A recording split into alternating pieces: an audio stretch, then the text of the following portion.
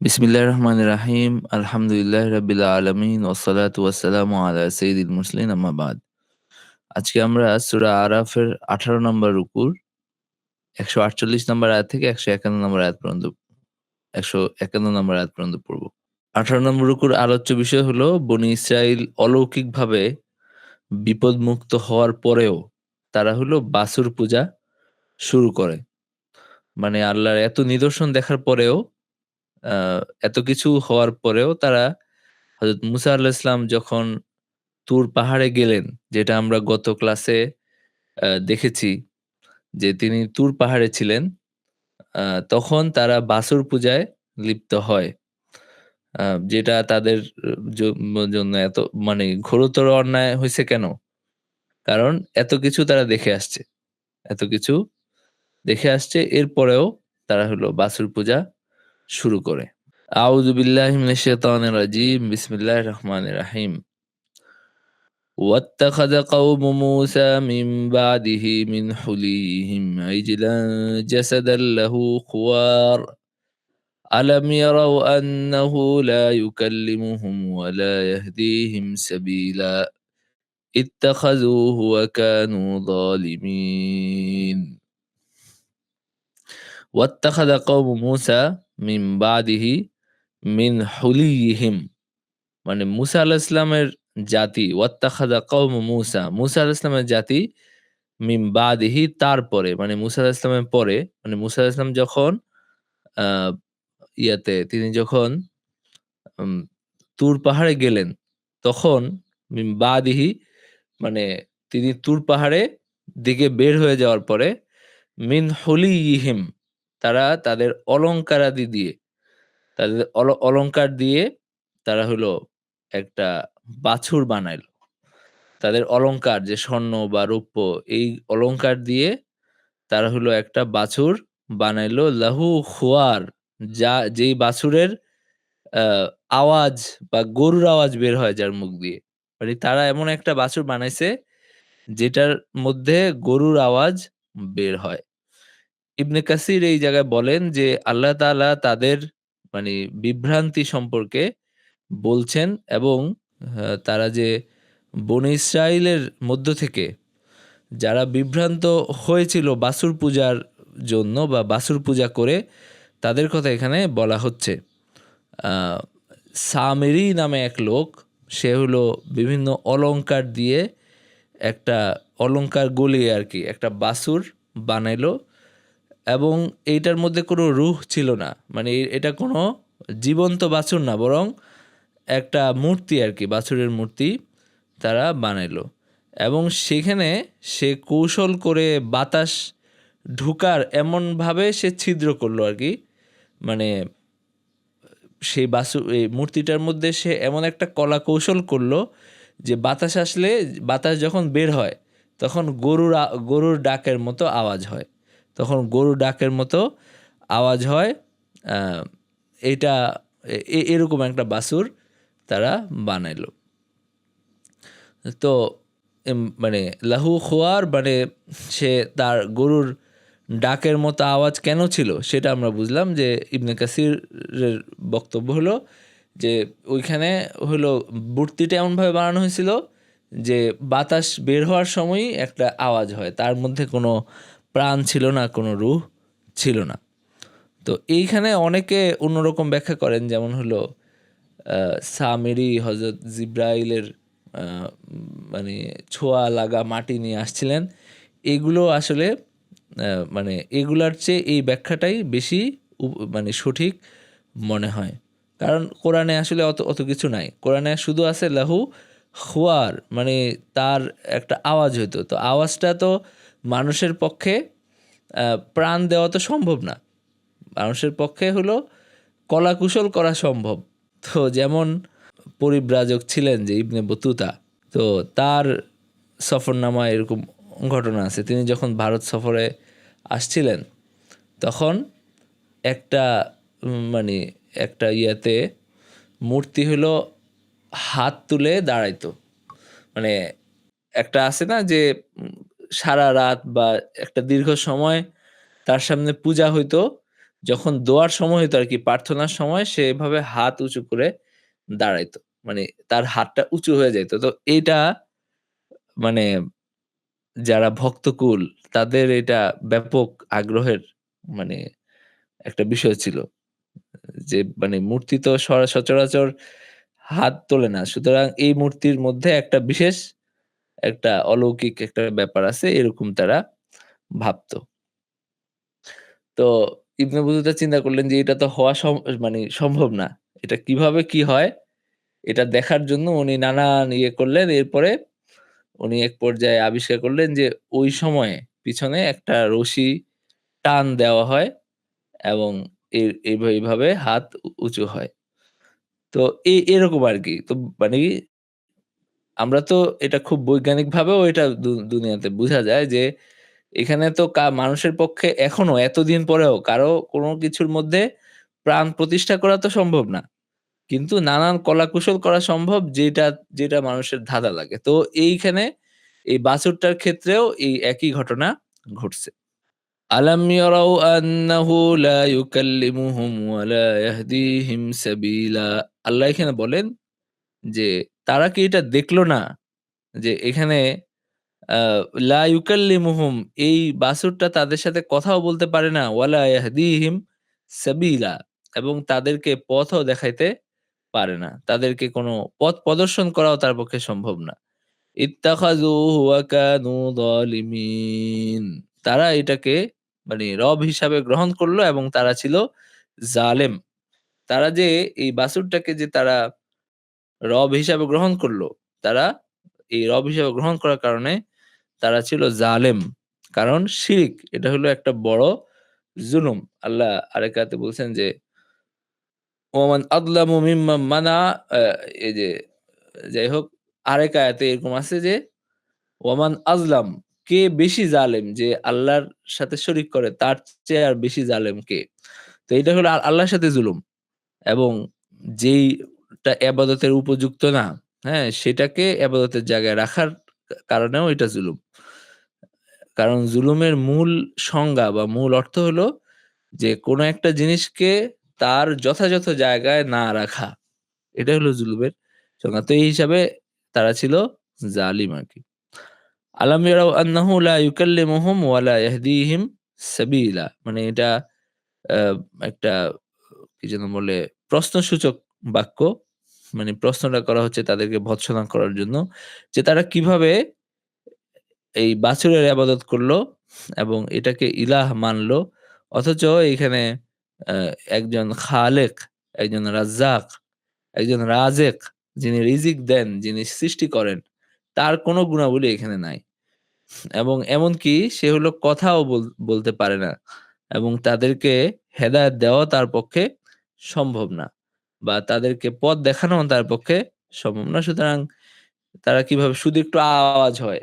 শুধু কিছুটা আওয়াজ হয় যখন বাতাস হয় বা কিছু কোনোভাবে তাকে পুশ করা হয়, সেখানে একটু আওয়াজ হয়। এটা দেখেই তারা হইলো হয়ে গেছে যে এটা তো অলৌকিক একটা জিনিস, কারণ এখানে তো আওয়াজ হওয়ার কোনো কথা না। সুতরাং আওয়াজ যেহেতু হয়, সুতরাং এটা বোধহয় একটা বিশেষ কিছু।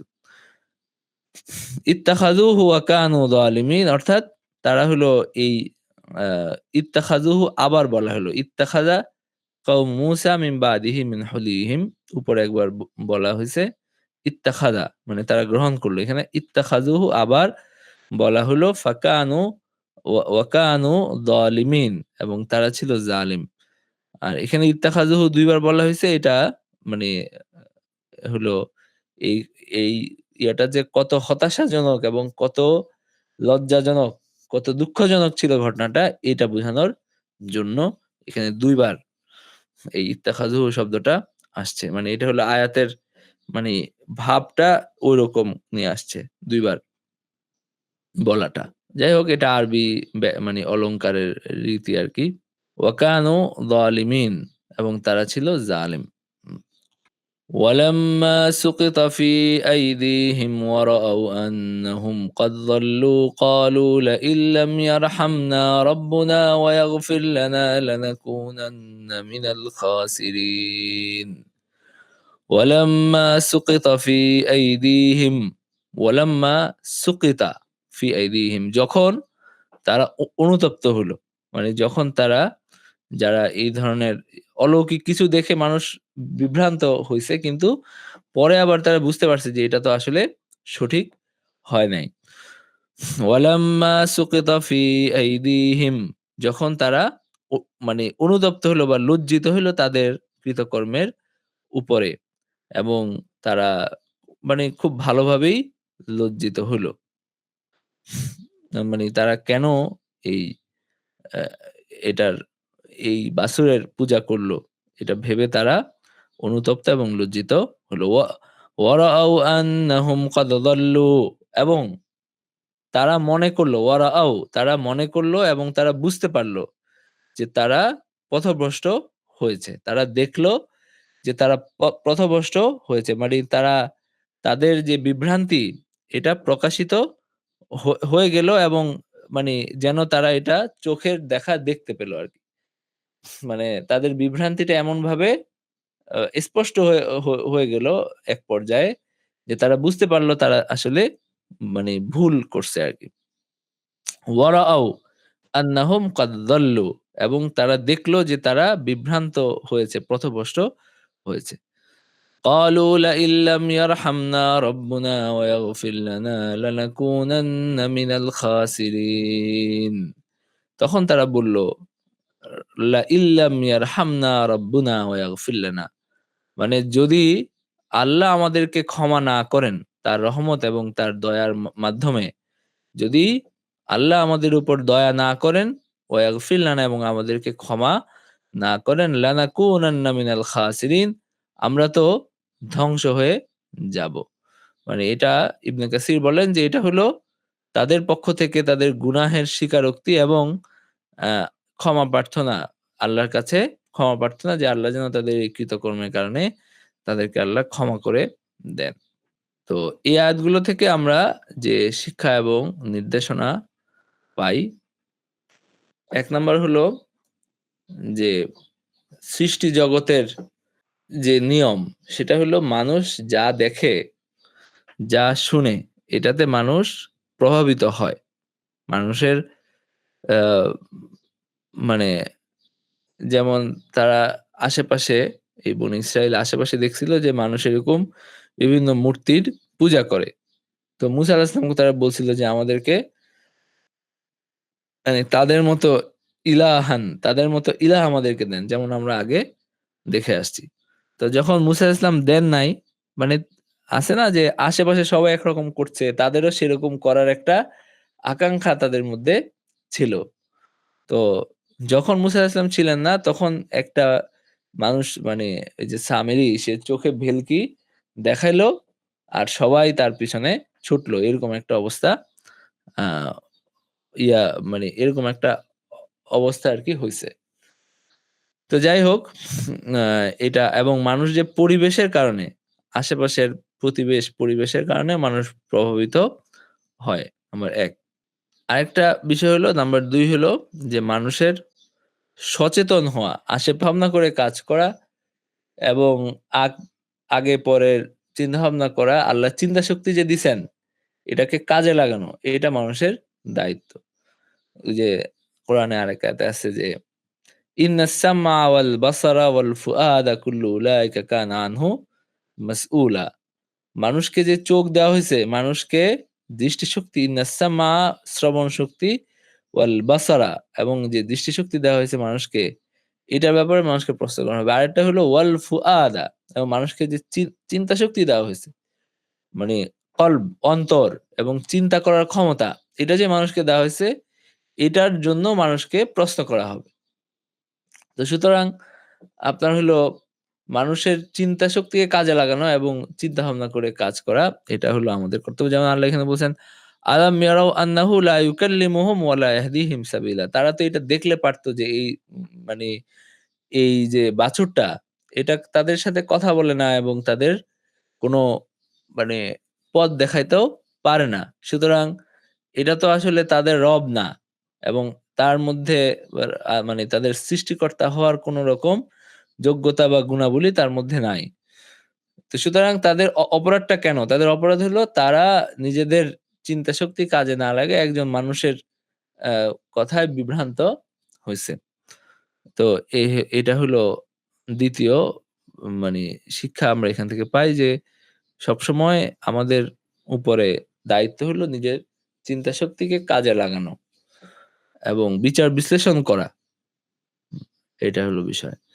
নাম্বার ৩ হলো আল্লাহ যখন কোনো বান্দার ভালো চান, আল্লাহ যখন কোনো বান্দার ভালো চান তখন তাকে তওবার তৌফিক দেন। মানে তওবার তৌফিকটাও আল্লাহর একটা রহমতের অন্তর্ভুক্ত। এই দুনিয়াতে মানে আল্লাহ যাদের ভালো চান না বা যারা আল্লাহর রহমত পায় না, তারা হলো ওই কুফরির অবস্থায় দুনিয়া থেকে চলে যায়। কুফরির অবস্থায় তারা ধ্বংসপ্রাপ্ত হয়। আর এটা আল্লাহর রহমত, আল্লাহর দয়া এবং আল্লাহ যাদের ভালো চান, খায়ের চান, তারা গুনাহে লিপ্ত হলে আল্লাহ তাদেরকে তওবার তৌফিক দেন। তারা লজ্জিত হয় এবং ইস্তেগফার করে। তো এই বিষয়গুলো আমরা এখান থেকে বুঝতে পারি আরকি। এরপরে আল্লাহ বলেন ولما رجع موسى إلى قومه غضبان أسفا ولما رجع موسى إلى قومه غضبان أسفا قال بئس ما خلفتموني من بعدي أعجلتم أمر ربكم وألقى الألواح وأخذ برأس أخيه يجره إليه মুসা ইসলাম তার ভাইকে মানে তার ভাই হারুন আলাইহিস সালাম মুসা আলাইহিস সালামকে এটা বলছেন আরকি। قال ابن أم إن القوم استضعفوني وكادوا يقتلونني فلا تشمت بي الأعداء ولا تجعلني مع القوم الظالمين তো ওয়ালাম্মা রাজা মুসা আল্লাহ বলেন ওয়ালাম্মা রাজা মুসা ইলা কওমিহি গদবানা আসিফা যখন মুসা আলাইহিস সালাম তার জাতির কাছে ফিরে আসলেন রাগান্বিত এবং বিক্ষুব্ধ অবস্থায়। গাদবানা আসিফা। গাদবান মানে হলো রাগান্বিত এবং আসিফা মানে খুবই মানে দুঃখিত, ভারাক্রান্ত অবস্থায়। মানে তিনি যখন তুর পাহাড় থেকে ফিরে আসলেন এবং শুনলেন যে এই ঘটনা তারা ঘটাইছে। এভাবে তারা শিরকে লিপ্ত হইছে। এটা যখন তিনি শুনলেন, তখন তিনি মুসা আলাইহিস সালাম তিনি তার জাতির কাছে ফিরে আসলেন।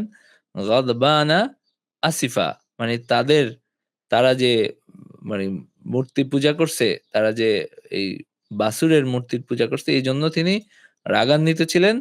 আসিফা এবং তিনি খুবই দুঃখিত ছিলেন। ক্বালা বি'সা মা খালাফতুমুনি মিন বা'দি তিনি বললেন যে, "তোমরা আমার পরে তোমরা আসলে কত খারাপ প্রতিনিধিত্ব করছো। তোমরা যে আমার প্রতিনিধিত্ব করছো আমার পরে, আমি যে চলে গেছি তোমাদেরকে তোমাদের দায়িত্বে রেখে এবং হারুন আলাইহিস সালামকে তোমাদের দায়িত্বে রেখে, মানে আমার পরে তোমরা আসলে মানে কত খারাপ প্রতিনিধিত্ব করছো যে আ মানে তোমরা কত খারাপ কাজ করছো যে আমার অনুপস্থিতিতে তোমরা এই বাছুরের পূজা করছো। আজিলতুম আমরা রাব্বিকুম তোমরা কি তোমাদের রবের মানে নির্দেশের আগেই তোমরা তাড়াহুড়া করে ফেললে? মানে হলো মুসা আলাইহিস সালাম তো তাওরাত থেকে বিধান নিয়ে আসবেন এরকম কথা ছিলই। তো সুতরাং মুসা আলাইহিস সালাম তাওরাত থেকে বিধান নিয়ে আসবেন এরকম কথা তো ছিলই। তো এইজন্য মুসা আলাইহিস সালাম বলছেন যে, "তোমরা কি এই ব্যাপারে তাড়াহুড়া করলে? যে তোমাদের রব তোমাদেরকে বিধান দেওয়ার আগেই তোমরা এরকম বিভ্রান্তিতে নিমজ্জিত হলে।"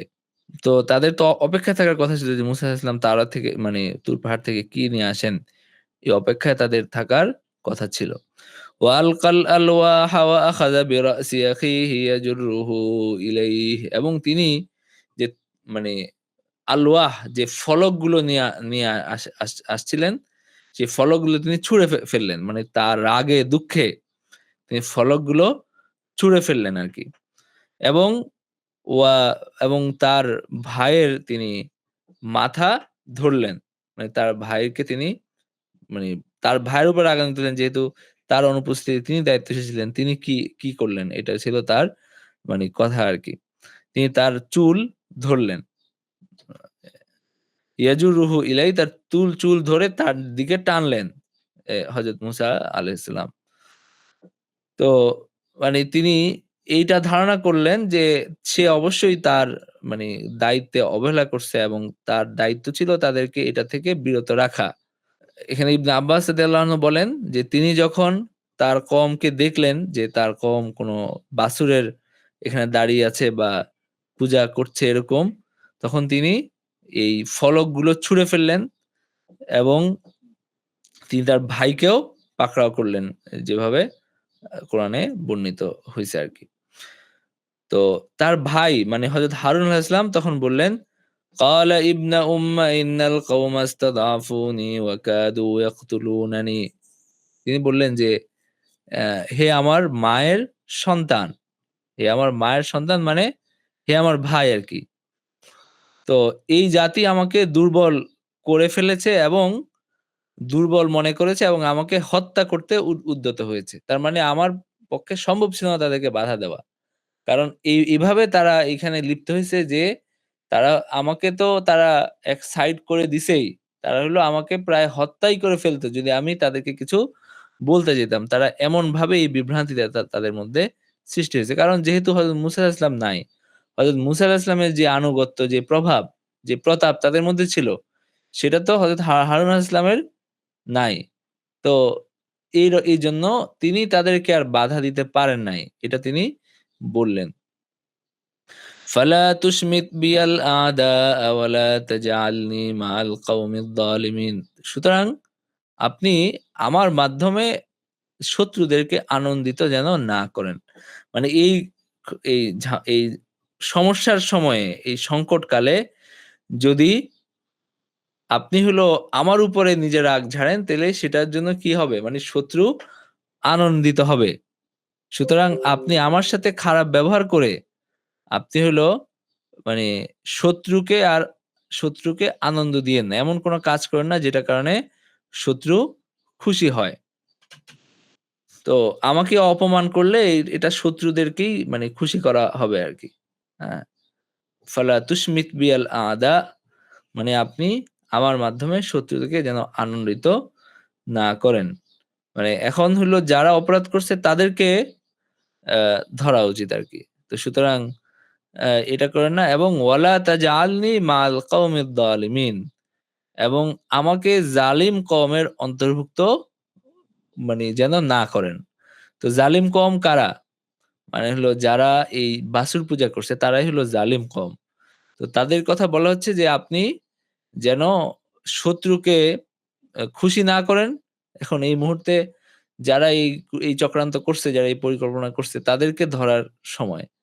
তো এখন মানে আমার আসলে এখানে কোন কিছু করার সামর্থ্য যদি থাকতো তাহলে আমি সেটা করতাম। তো সুতরাং শত্রুকে আনন্দিত করেন না। আরেকটা হলো যে এবং আমাকে আপনি যেন জালিম কওমের অন্তর্ভুক্ত মনে না করেন। মানে আমি যে কোনোভাবে তাদের সহায়তা করছি বা কোনোভাবে তাদের ব্যাপারে আমি নীরবতা পালন করছি বা হলো তাদেরকে সুযোগ দিছি এরকম কোনো কিছুই আমি করি নাই। মানে আমি জালিম ছিলাম না।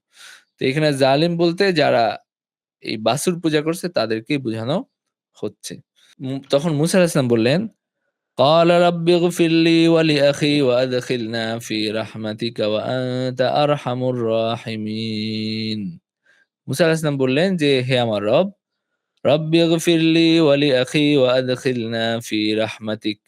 মানে, হে আমার রব আপনি আমাকে ক্ষমা করেন, আমার ভাইকেও ক্ষমা করেন এবং ওয়া আদখিলনা ফি রাহমাতিক আমাদেরকে আপনি আপনার রহমতের মধ্যে প্রবেশ করান। ওয়া আনতা আরহামুর রাহিমিন এবং আপনি রহমত মানে রহমকারীদের মধ্যে শ্রেষ্ঠ।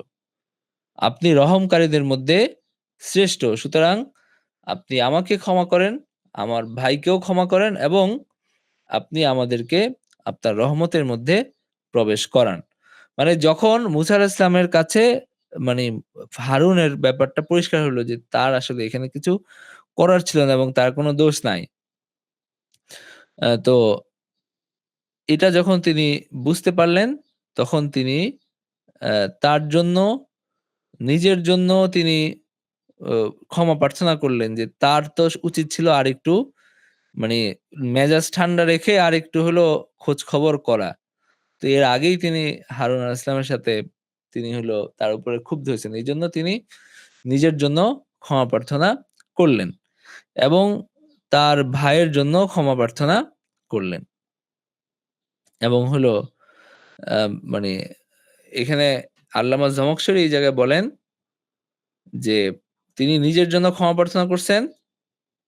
কারণ হলো তিনি তার ভাইয়ের সাথে যে খারাপ আচরণ করছেন সেজন্য তিনি নিজের জন্য ক্ষমা প্রার্থনা করছেন এবং তার ভাইয়ের জন্য ক্ষমা প্রার্থনা করছেন যে তার অবর্তমানে এই খেলাফত যেহেতু দায়িত্বশীল যেহেতু তিনি ছিলেন, তো সুতরাং তার থেকে যদি কোনো অবহেলা হয়ে থাকে বা কোনো রকম আ ত্রুটি বিচ্যুতি হয়ে হয়ে থাকে এই এইজন্য তিনি তার ভাইয়ের জন্য ক্ষমা প্রার্থনা করছেন। যেহেতু তার ভাইয়ের দায়িত্ব দায়িত্ব থাকার সময় এরকম একটা ঘটনা ঘটছে। তে তখন মানে তার যদি কোনো দায়-দায়িত্ব থাকে বা যদি কোনো দায় থাকে সেজন্য তিনি তার ভাইয়ের জন্য ক্ষমা প্রার্থনা করলেন। এবং তিনি চাইলেন আল্লাহর কাছে যে তারা যেন তার রহমত থেকে দূরে সরে না যান বা তার রহমত থেকে বিচ্যুত না হন এবং তারা যেন দুনিয়া আখিরাতে এক থাকেন। মানে রাগের মাথায় তিনি কিছু খারাপ আচরণ করছেন। এরপরে আবার অনুতপ্ত বা লজ্জিত হইছেন যে এটা আসলে ঠিক হয়নি। ওয়া আনতা আরহামুর রাহিমিন এবং আপনি রহমত দাতা। এটা তিনি বললেন আরকি। এই আয়াত থেকে যে শিক্ষা নির্দেশনা আমরা পাই, একটা হলো যে রাগ হলো মানুষের একটা স্বভাবগত একটা বিষয় এবং মানুষ বিশেষ করে কোনো নবীরা আল্লাহর অবাধ্যতা দেখলে রাগান্বিত হন। যেমন হযরত আ আমাদের নবী আল্লাহ রাসূল সাল্লাল্লাহু আলাইহি ওয়াসাল্লাম, হযরত মুহাম্মদ সাল্লাল্লাহু আলাইহি ওয়াসাল্লাম আমাদের নবী। তার ব্যাপারে এরকম বর্ণিত আছে হযরত আয়েশা রাদিয়াল্লাহু আনহার বর্ণনা সম্ভবত যে তিনি নিজের জন্য কখনো রাগান্বিত হইতেন না। যে তার সাথে কেউ খারাপ আচরণ করছে, তার সাথে তা তার সাথে কোনো অন্যায় করা হইছে এইজন্য তিনি কখনো রাগান্বিত হইতেন না। কিন্তু যখন আল্লাহর অবাধ্যতা হইতো এবং এরকম কোনো বিষয় হইতো তখন তিনি রাগান্বিত হইতেন এবং তার চেহারা লাল হয়ে যাইত। এরকমও বর্ণনা আছে। তার হলো রগ ফুলে যাইত, চেহারা লাল হয়ে যাইত। তো সুতরাং আল্লাহর জন্য রাগান্বিত হওয়া এটা কোনো খারাপ কিছু না। তবে অবশ্যই আপনার নিজের উপরে নিয়ন্ত্রণ রেখে কারো উপরে যেন অন্যায় না হয় এইটা এটাও খেয়াল রাখা দরকার। এটাও মনে রাখা দরকার সেটা তো অবশ্যই। কিন্তু মানুষের একটা স্বভাবজাত বিষয় হলো রাগ। মানুষ যখন দুঃখিত, হতাশ হয় তখন মানুষ রাগান্বিত হয় এবং এটা নবীদের মধ্যেও ছিল এবং তাদের মধ্যে আর সাধারণ মানুষের মধ্যে পার্থক্য হলো যে তারা আল্লাহর জন্য বেশি রাগান্বিত হইতেন আরকি। তবে আপনার মানে সাধারণভাবে রাগ হলো একটা খারাপ জিনিস। রাগ এটা খারাপ জিনিস এবং রাগ দমন করা, রাগকে সংযত করতে পারা এটা হলো আপনার মুমিনের লক্ষণ বা মুমিনের গুণ হিসাবে এটার কথা কোরআনে কয়েক জায়গায় আসছে। যে মুমিন ওয়াল কাযিমিন আল গায়যা ওয়াল আফিনা আনিন নাস আপনারা পড়ে আসছেন এটা হলো ৪ পারায় সূরা নিসার অন্তর্ভুক্ত সম্ভবত। আল্লাহ বলছেন ওয়াসারিউ ইলা মাগফিরাতিম মির রাব্বিকুম ওয়া জান্নাতিন আরদুহাস সামাওয়াতু ওয়াল আরদ উইদ্দাত লিল মুত্তাকিন আল্লাযীনা ইউনফিকুনা ফিস সাররাই ওয়াদ দাররাই ওয়াল কাযিমিনাল গায়যা ওয়াল আফিনা আনিন নাস। এখানে আল্লাহ মানে কয়েকটা গুণের কথা বলছেন যারা জান্নাত পাবে তাদের। আল্লাযীনা ইউনফিকুনা যারা খরচ করে, যারা দান করে ফিস সাররাই ওয়াদ দাররাই সুসময় এবং দুঃসময়ে দান করে। ওয়াল ফিস সাররাই ওয়াদ দাররাই ওয়াল কাযিমিনাল গায়দ এবং যারা আপনার রাগ সংযত করে ওয়া আফিনা আনিন নাস এবং যারা মানুষকে ক্ষমা করে।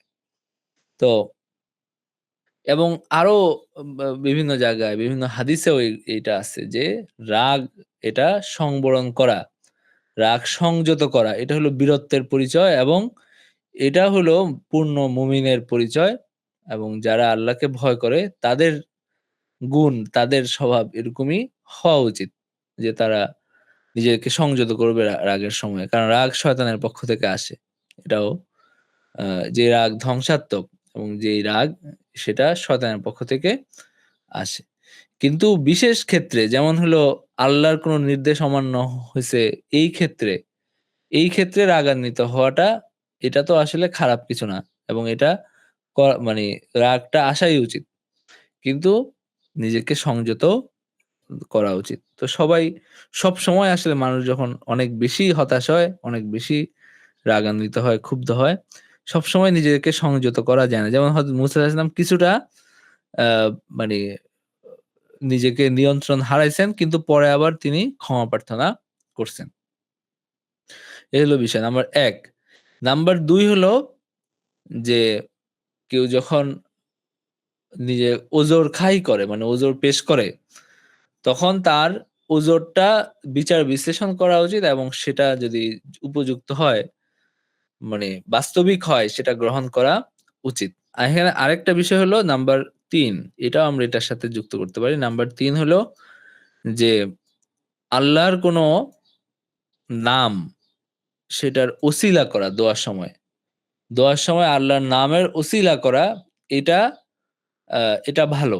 এটা আল্লাহ এভাবে দোয়া করার শিক্ষা দিয়েছেন এবং হাদিসেও বিভিন্ন দোয়া এরকম আছে। এখানেও আমরা দেখতে পাচ্ছি মুসা আলাইহিস সালামের দোয়াতেও এভাবে তিনি দোয়া করছেন। মানে আনতা আরহামুর রাহিমিন মানে আপনি তো সর্বশ্রেষ্ঠ দয়ালু, সর্বশ্রেষ্ঠ দয়াদাতা। সুতরাং আমাদেরকে আপনি দোয়া করেন। তার মানে মানে দয়া করেন।